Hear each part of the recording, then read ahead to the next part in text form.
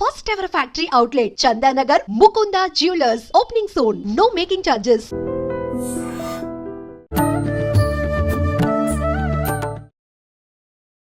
హరే కృష్ణ ప్రభుజీ. హరే కృష్ణ. ప్రభుజీ, భగవంతుని విషయానికి వచ్చేసరికి మనం క్షేత్రాలకు వెళ్ళినప్పుడు చూస్తుంటాం. ముఖ్యంగా తిరుపతి అనేసరికి ఆయన ఖచ్చితంగా మొక్కులు ఫేమస్. అక్కడ తలనీలాలు అందులో ఒకటి భాగంగా. అంటే ఎందుకు తలనీలాలు అనేది ఎందుకు ఇవ్వాలి? ఆయన భగవంతుడు అడుగుతాడా తలనీలాలు ఇవ్వాలని చెప్పి? ఏంటి దాని గురించి తెలియజేయండి. ఇంకొక విషయము, కొబ్బరికాయ. ఖచ్చితంగా మనం భగవంతుడు, ఆధ్యాత్మికత, పూజలు అనగానే ఫస్ట్ మనందరికి గుర్తొచ్చేది కొబ్బరికాయ కొట్టాలి అని చెప్పి. అసలు ఎందుకు కొట్టాలి కొబ్బరికాయని అని చెప్పి? రెండు మంచి ప్రశ్నలు అడిగారు మీరు.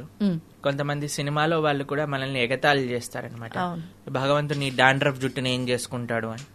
యాక్చువల్గా వీళ్ళు వాళ్ళు అంటే మూర్ఖులు, తత్వం తెలియని వాళ్ళు అనమాట. ఎందుకు మనకి ఈ రోజు ఇలా మాట్లాడాల్సి వస్తుందంటే, ఏ ధర్మం పైన కూడా వీళ్ళు ఇలా కామెడీ చేసి మాట్లాడి అంత ధైర్యం లేదండి. కేవలం సనాతన ధర్మం పైన. ఎందుకు అని అంటే, హిందువు చాలా తేలిగ్గా, ఎందుకంటే హిందువుకి వాడి ధర్మం అంటే ఏంటో తెలియదు, మర్చిపోయాడు కాబట్టి. కానీ మనం మన ధర్మం యొక్క విశిష్టత ఎవరైనా అడిగారు అనుకోండి, నీ డాండ్రఫ్ జుట్టు దేవుడికి ఎందుకు ఇస్తున్నావు అంటే మనం ఏం సమాధానం చెప్తామో తెలియాలి కదండి. అవును, జుట్టును ఎందుకు ఇస్తున్నావు, కొబ్బరికాయ ఎందుకు కొడుతున్నావు, ఎందుకు మన ధర్మం ఇది ఎందుకు ప్రమోట్ చేసింది, ఒకసారి ఆలోచన చేద్దాం. ఇప్పుడు చూడండి, జుట్టు విషయానికి వచ్చేసరికి ఎక్కడున్నా సరే జుట్టు ఉందనుకోండి, ఒకలైతే నేను చూసాను బైక్ దిగక ముందు ఒక చిన్న దువ్వెన పెట్టుకొని దువ్వెన తీసి తూకుంటున్నాడు అనమాట. ఎందుకంటే ఏది ఉన్నా సరే ఆ హెయిర్ స్టైల్ అనేది అన్నిటికంటే ముఖ్యం అనమాట. ఎక్కడైనా విండో చూపిస్తున్న వెంటనే సరి చేసుకుంటూ నించుంటారనమాట. అనిపించిందంటే జుట్టు సరి చేయాలి, ఎలా ఉన్నామో చూసుకోవాలి, అంతే కదండి. అంతే. ఇప్పుడు ఒక వ్యక్తి అట, వాడికి గుండుగాడ, మొత్తం బట్టతల, ఇక్కడ రెండు జుట్టు, ఇక్కడ రెండు కేశాలు అలా ఉన్నాయట. ఒక వ్యక్తి ఆయన దగ్గరికి వెళ్ళి, అబ్బా అసలు ఏంటి నీ కేశ సౌందర్యం అనగానే చాలా ఆనందపడి ఒక బస్తా బియ్యం ఇచ్చేసాడట ఆయనకి. అయితే సరే అని బస్తా బియ్యం పట్టుకొని నడుచుకుంటూ వెళ్తున్నాడట. నడుచుకుంటూ వెళ్తుంటే ఇంకొక ఆయన అడిగాడట, అరే ఈ బస్తా బియ్యం ఎక్కడి నుంచి వచ్చారా? ఆ బట్టతలోడు ఇచ్చాడు అన్నాడు. సరే నేను అక్కడికి వెళ్ళాడట, వెళ్ళి చెప్పాడట, నువ్వు బస్తా బియ్యం ఇచ్చావు కదా, వాడు నిన్ను బట్టతలోడు అంటున్నాడు అనగానే ఒక గుర్రం పైన వీడు బయలుదేరాడట, పరిగెత్తుకుంటూ వీడి దగ్గరకు వచ్చేసరికి, ఏంట్రా నన్ను బట్టతలోడు అంటావా అంటే ఈయన చూసాడట, వీడు వెళ్ళి చెప్పుంటాడని. మెల్లగా మీరు అంతా ఫాస్ట్ గా రాకండి, మీ జుట్టు అంతా ఎగిరిపోతుంటే ఇలా అలల్లా కనిపిస్తుంది, ఎంత సుందరం అనగానే వాడు వచ్చిన గుర్రం కూడా వీడికి ఇచ్చేసాడట. పొంగిపోతున్నాడా? పొగడతలకి పొంగిపోతున్నాడు. అలాంటి వాళ్ళమే మనందరం కూడా. ఓకే, మనకి కొద్దిగా పొంగంగా ఉబ్బని బెలూన్ లా ఉబ్బిపోతాం అనమాట. ఇంత ఉన్నది ఇంత చేయంగానే మన ఆకాశంలో పట్టుకొని కిందికి దింపాల్సి వస్తుంది. అంతేనా కాదా చెప్పండి? అంతే. దేనికి గొప్పతనం? కేశ సౌందర్యం. అసలు ఏం హెయిర్ స్టైల్ రా అనగానే మనం గుడుగుడు అయిపోతాం. మాకే ఆ ప్రాబ్లం ఏం లేదు, ఓన్లీ వన్ హెయిర్ స్టైల్.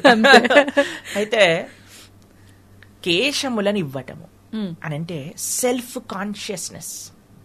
బాగున్నామా లేదా, జుట్టు ఎగిరిపోయిందా లేదా, దాన్ని మా చిన్నప్పుడు ఇది వచ్చేది జెల్ అని వచ్చేది అనమాట. ఆ జెల్ తీసి జెల్కి రాసుకొని ఇలా హెయిర్ డ్రెస్సింగ్ చేసుకొని అలా జనాలందరూ చూస్తే మాకైతే ఎంత బాధ వేసేది. అసలు ఏం చేస్తున్నారా వీళ్ళు, ఇన్ని డబ్బులు ఖర్చు పెట్టడం ఏంటి, మేమైతే బ్లేడ్ తీసుకొని గురుగురు అని అనుకుంటాను, 2 రోజులకి ఒకసారి అయిపోద్ది మా పని అంతే. కానీ పిచ్చి ఎందుకోసం? నేను బాగుండాలి, నేను బాగా కనిపించాలి, నేను నాది దీంట్లోనే మనిషిపోతుంది. కానీ ఎప్పుడైతే మనం భగవంతుడికి మన తలనీలాలు సమర్పణ చేస్తున్నామా, అయ్యా నేను ఇంత పొజెసివ్ సెల్ఫ్ కాన్షియస్ కాకుండా నీ గురించి ఆలోచన చేసే సమయం ఇవ్వాలి. ఆ యొక్క మన దగ్గర ఉండే ఆ భావన ఏదైతే ఉందో దాన్ని భగవంతుడికి సమర్పణ చేస్తున్నాం అనమాట. అది ఒక భావనతో మనం చేసే పని. ఆ భావన లేకుండా చేస్తే అది వేస్ట్ అండి. ఆ భావనతో కలిపి చెయ్యాలి. ఒకడంటాడు, ఈ మధ్య వీడియోలో చూసాను అనమాట, మనకి సనాతన ధర్మంలో ఎప్పుడు గుండు చేయించుకున్నా సరే శిఖ పెట్టుకొని చేయించుకోవాలండి. ఓకే, ఎందుకని ప్రభుజీ? అది మన ధర్మం, మన సాంప్రదాయం. ఎవరైనా సరే, ఏ వర్ణంలో ఉన్న వాళ్ళైనా సరే, ఎక్కడైనా సరే, హిందువులు అంటే ముందుగా ఒక విషయం ఏంటి అంటే, స్త్రీలు గుండు చేయించుకోరాదు. స్త్రీలు గుండు చేయించుకోరాదు, పురుషులు చేయించుకోవాలి. చేయించుకున్నప్పుడు మనం శిఖ పెట్టుకోవాలన్నమాట. ఇది చాలా ముఖ్యమైనది. ఓకే. ఒక ఆయన అంటాడు, తిరుపతిలో శిఖ పెట్టకుండా మొత్తం బోడిగుండు చేసేస్తారు కదా, అంటే అది బౌద్ధారామము, బుద్ధుడి యొక్క ప్రదేశం అని దాని వల్లే తెలుస్తుంది అని అన్నాడు అనమాట. ఇప్పుడు చూడండి, మేము ఎన్నో ప్రదేశాలు, ఎన్నో దేశాలలో బౌద్ధారామాలకు వెళ్ళాం. అక్కడ అందరూ అగరబత్తులు చూపిస్తారు. అగరబత్తులు చూపించడం ఎవరి సాంప్రదాయం? మనం చూపిస్తాం కదా, అంతే కదా. అలానే బౌద్ధ రామాలన్నీ కూడా హిందువులవే అని మనం అంటామా? లేదు. అంటే ఎలాగా మాట్లాడేస్తున్నారు జనాలంటే మాకు నవ్వు వస్తుంది. ఏది తోస్తే అది మాట్లాడే. ఒక ఆయన మాట్లాడతాడు, ప్రబుద్ధుడు. ఏమంటాడంటే, రాముడు 10 లక్షల సంవత్సరాలు పూర్వం అని ఎలా చెప్తారు? ఎందుకంటే హిస్టరీ ప్రకారంగా మనకి కేవలం ఒక 4000 సంవత్సరాల ముందే మనకి స్టార్ట్ అయిపోయింది అని. అదే హిస్టరీని సైన్స్ ప్రకారంగా కానీ మనం చూస్తే మనుషులు కోతుల నుంచి వచ్చారు అని ఉంటుంది, కానీ ఒక 2 మనుషుల నుంచి వచ్చాయి అని చెప్పరు. అంతే. మన ధర్మం గురించి చెప్పేటప్పుడేమో సైన్స్ హిస్టరీ కావాలి, వాళ్ళ ధర్మం దగ్గరకు వచ్చేసేదేమో వాళ్ళ పుస్తకం కావాలి. అంతే. మన ధర్మాన్ని దూషణ చేసేటప్పుడేమో అడ్డమైన లాజిక్లన్నీ తీసుకొస్తాడు, వాళ్ళ ధర్మాన్ని ప్రశ్నిస్తేనేమో మాది సత్యం అంటారు. అంతే. ఏంటండి అసలు?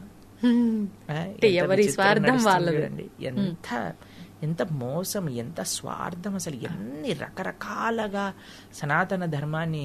కానీ మీకు ఒక విషయం తెలుసా అండి, వీళ్ళు ఏమీ చేయలేరు మన ధర్మాన్ని.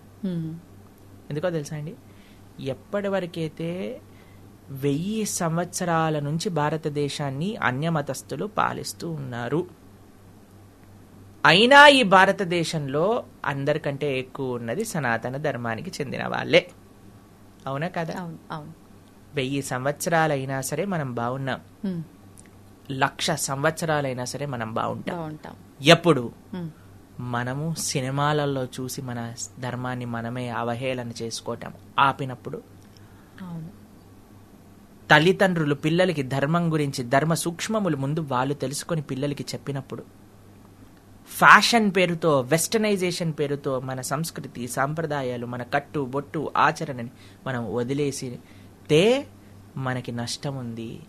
కానీ మనం ఇంకా సనాతన ధర్మానికి ముందుకు తీసుకెళ్ళాలి అని అంటే మనం జాగ్రత్తగా ఉండాలి. ఆ సాంప్రదాయాలన్నింటినీ కూడా మనం పాటించాలి చక్కగా. రెండవ ప్రశ్న మీరేమన్నారు? కొబ్బరికాయలు కొట్టడం. మాకు చిన్నప్పుడు ఏదైనా వ్రతం పూజ అయిందనుకోండి, ఒక్కొక్కళ్ళకి ఒక్కొక్క కొబ్బరికాయ ఇచ్చేవాళ్ళు అనమాట. కొబ్బరికాయ కొట్టు, కొబ్బరికాయ కొట్టు, కొబ్బరికాయ కొట్టు. ఇప్పటికి కూడా ఇక్కడే ఇంటికి వెళ్ళామనుకోండి, చిన్నగా ఉన్నప్పుడు మేము కొబ్బరికాయ కొట్టాను, కొబ్బరికాయ కొట్టు.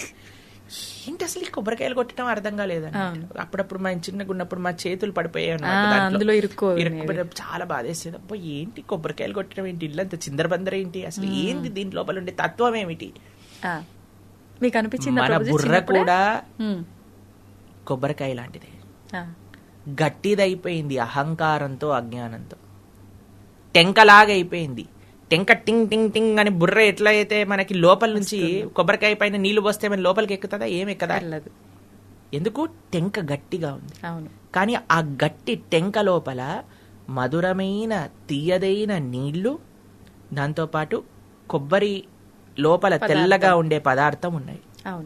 ఎప్పుడైతే నువ్వు అహంకారాన్ని విడుతావో, అహంకారాన్ని భగవంతుడి యొక్క చరణముల దగ్గర బద్దలు కొడతావో, అప్పుడు నీ యొక్క స్వరూపం, తీయదైన స్వరూపం, కోమలమైన స్వరూపం, అది బయటికి వస్తుంది. ఎప్పటి వరకైతే అహంకారాన్ని వీడవో అప్పటి వరకు నీ స్వరూపాన్ని నువ్వు తెలుసుకోలేవు. అది కొబ్బరికాయ కొట్టడంలో ఆంతర్యం. మరి ఇప్పుడు కొబ్బరికాయ తీసుకొని భగవంతుడి ముందేస్తే, స్వామి కొబ్బరికాయ ఎట్లయితే పగిలిందో నా అహంకారం అలా పగులుగాక, నా అజ్ఞానం అలా పగులుగాక అని స్వామికి విన్నవించాలి. కొబ్బరికాయ కొట్టడం తప్పు కాదండి. కొబ్బరికాయ ఫట్ అని కొట్టినప్పుడు వెంటనే మీరు ఆ ప్రార్థన చేయాలి, స్వామి కొబ్బరికాయ ఎలా పగిలిందో అలా నాలో ఉన్న దుర్గుణాలు కూడా అలా వెళ్ళిపోవాలి. అంతేగాని కొబ్బరికాయ కులిపోయింది, కొబ్బరికాయ ఏదో తప్పైపోతుంది, పువ్వు వచ్చింది ఏదో మంచి అయిపోతుంది, ఇలాంటివి ఏమీ లేదు. మాకు ఒకసారి పువ్వు వచ్చింది, దాని తర్వాత చెయ్యి ఇరిగింది, కాబట్టి ఇంక పువ్వు వస్తే మంచి అవుతుంది లేకపోతే ఇది అవుతుంది, అవన్నీ పక్కన పెట్టండి. మన భావన మన భావన మంచిగా ఉండాలి. స్వామికి ఎందుకు నేను కొబ్బరికాయ కొడుతున్నా, ఎందుకు తలనీలాలు ఇస్తున్నా, ఎందుకు దండవత్ ప్రణామం చేస్తున్నా భగవంతుడి ఆలయంలో, ఎందుకు కాళ్ళు కడుక్కొని లోపలికి వెళ్తున్నా, ఎందుకు స్వామి దర్శనం ఆపాద మస్తకం ఎందుకు దర్శనం చేసుకుంటున్నా, తీర్థం ఎందుకు తీసుకుంటున్నా, ప్రసాదం ఎందుకు చూస్తున్నా, ఆలయంలో కూర్చోమని ఎందుకు అంటారు. ఇవన్నీ మనకి తెలిసినప్పుడు ఎంత ఆనందం అండి. అంతేకాని బల్లి పడింది, పిల్లి వెళ్ళింది, కుక్కొచ్చింది, ఇవన్నీ ఏంటండి అసలు. ప్రతి కదలికలో తప్పు. ప్రతిదాన్ని కుక్క, పిల్లి, నక్క, ఇవన్నీ గాడిద, ఇవన్నీ కూడా మన జీవితాన్ని నిర్ధారణ చేస్తే అసలు మనం ఎక్కడికి వెళ్తామండి. నీ చేతుల్లో ఉంది నీ జీవితం, నీ భావనలో ఉంది నీ జీవితం, భగవత్ కృపలో ఉంది జీవితం, నీ సంకల్ప బలంలో ఉంది నీ జీవితం. ఇది సనాతన ధర్మం ఇచ్చే ఒక అద్భుతమైన మార్గం. దీన్ని అందరూ కూడా కప్పిపుచ్చేసి ఏదో ఏదో రాళ్ళ వల్ల, లేదా ఏదైనా గీతల వల్ల, లేదా ఏదైనా రాయటం వల్ల, లేదా ఇది వల్ల వాళ్ళ వల్ల జీవితం మారిపోతుంది అంటే సారీ సార్, కాదు. ఉగాది పచ్చడి చెప్తుంది మనకి, ఇందాక మాట్లాడుకున్నట్టు మనం ఏమి చేసినా సరే షడ్రుచోపేరితంగానే జీవితం ఉంటుంది. లేకపోతే ఉగాది పచ్చడి ఎందుకంటే పానకం తాగొచ్చు కదా, అంతే. పానకంలో కూడా మిరియాలు పొడేస్తారు. అది మీకు ఒక విషయం చెప్తాను. మేము ఒకసారి ఒక స్వీట్ నేర్చుకుంటున్నాం అనమాట స్వామికి నివేదన చేయడానికి. అప్పుడు నేర్పించే వాళ్ళు మాకు చెప్పారు, ప్రభుజీ ఇంతైనా సరే ఉప్పు వేయాలి దీంట్లో స్వీట్లో. ఏ స్వీట్ చేసినా పాలతో చేసిందంటే పగిలిపోతుంది అనుకోండి, జాగ్రత్తగా చూడాలి, కొన్ని దాంట్లో వెయ్యాలి. చక్కెర పొంగల్ చేస్తున్నాం అనమాట, అప్పుడు కొద్దిగా ఉప్పు వేయాలి దీంట్లో అని అంటారు. ఉప్పు ఎందుకండి స్వీట్లో అంటే, ఆ ఉప్పు వేస్తే ప్రభుజీ మిగతా వేసిన సామాన్ల యొక్క టేస్ట్ బయటికి వస్తుంది. ఇప్పుడు చూడండి, మీరు కూరలో ఏం వేసినా సరే టేస్ట్ చూస్తే అసలు కూర టేస్ట్ అనిపించదు ఎప్పటి వరకు ఉప్పు సరిపడా అయ్యేంత వరకు. అవునా? అప్పుడు మిగతావన్నీ తెలుస్తాయి కదా. అలానే ఉప్పు వేయాలి, ఉప్పు వేసినప్పుడే తెలుస్తుంది. అలానే మన జీవితంలో కష్టం వచ్చినప్పుడే జీవితం బ్యాలెన్స్ అవుతుంది. సూపర్. కష్టం వచ్చినప్పుడే జీవితం బ్యాలెన్స్ అవుతుంది. ఆ కష్టం వచ్చినప్పుడు కుంగిపోరాదు, ధైర్యంతో నిలబడాలి. అది సనాతన ధర్మం. హరే కృష్ణ. ప్రభుజీ, డౌట్, ఇప్పుడు ఈ కొబ్బరికాయ కొడితే ఇంత అర్థం ఉంది, అయితే ఈ అర్థం తెలిసి కొడుతున్నారో ఎందుకు కొడుతున్నారో కానీ కొట్టడం అయితే ప్రారంభించారు, అది అలా కొనసాగుతుంది. క్షేత్రాలకు వెళ్ళినప్పుడు అది భగవంతుడి దగ్గర నివేదన చేయడానికి వీలు అవ్వట్లేదు అన్నప్పుడు అసలు ఈ కొబ్బరికాయ కొట్టడం ఎందుకు, కొట్టడం మానేద్దాము, అదేదో ఆ 20 30 ఆ కొబ్బరికాయకు పెట్టే పైసలు ఆ హుండీలో వేస్తే సరిపోద్ది, ఇలా చాలా మంది ఆలోచిస్తున్నారు. దీని గురించి ఏం చెప్తారు? బ్రహ్మాండంగా కొబ్బరికాయ కొట్టండి, మనసులో స్వామికి నివేదన చేయండి. ఒక తులసి పెట్టి స్వామికి, అయ్యా నేను ఇక్కడ నుంచే నివేదన చేస్తున్నాను. మీకు ఒక విషయం తెలుసా, దాస్యాబౌరి అని ఒక భక్తుడు ఉన్నాడు. ఆయన వాళ్ళ ఇంట్లో కాసిన కొబ్బరి బోండాలని జగన్నాథుడికి పంపించారనమాట. అయితే జగన్నాథుడికి పంపిస్తే ఆయన పాపం మర్చిపోయాడు పంపించిన. ఆయన లోపలికి వెళ్ళి దర్శనం చేసుకుని బయటకు వచ్చేసాడు. మళ్ళీ లోపలికి ఎవరు వెళ్తారులే, ధ్వజస్తంభం నుంచి ఇలా చూపించాడు. జగన్నాథుడు మూల ఆలయంలో నుంచి చెయ్యి బయటికి వచ్చి ధ్వజస్తంభం దగ్గర ఉన్న కొబ్బరికాయ తీసుకొని లోపలికి వెళ్ళిపోయాడు అనమాట. కాబట్టి మీరు ఎక్కడున్నారు, స్వామి అర్చకులు నివేదన చేశారా లేదా మర్చిపోండి. మీరు మంచి భావనతో, స్వామి నీ కోసం ఈ కొబ్బరికాయ తెచ్చాను, నా కొబ్బరికాయ, కొబ్బరి టెంక కాదు మనకు స్వామికి ఇచ్చింది, లోపల ఉండే ఆ కొబ్బరి, అది మన మనస్సు. పైన ఉండే టెంక లాంటిది అది మన అహంకారం. ఈ అహంకారాన్ని వీడ్చే స్వామి, నా మనసును నువ్వు స్వీకరించు అని మనస్ఫూర్తిగా స్వామికి నివేదన చేసి మనసులో చక్కగా ఆ కొబ్బరికాయని టక్ టక్ కొట్టుకొని తింటూ ఉండండి. స్వామి యొక్క దర్శనం ఎలా అయింది అని ఆలోచిస్తూ ఉండండి. దానికంటే గొప్ప భావన ఆయన తీసుకున్న ప్రసాదాన్ని మనం తీసుకోవడము. సంతోషం ప్రభుజీ, చాలా చక్కగా వివరించారు. నిజంగా ఈ విషయంలో అంటే ప్రతి నిత్యం జరిగే ఈ రొటీన్ విషయాలైనా కూడా చాలా మందిలో డౌట్స్ ఉంటాయి, అవన్నీ కూడా చాలా చక్కగా క్లియర్ చేశారు. హరే కృష్ణ.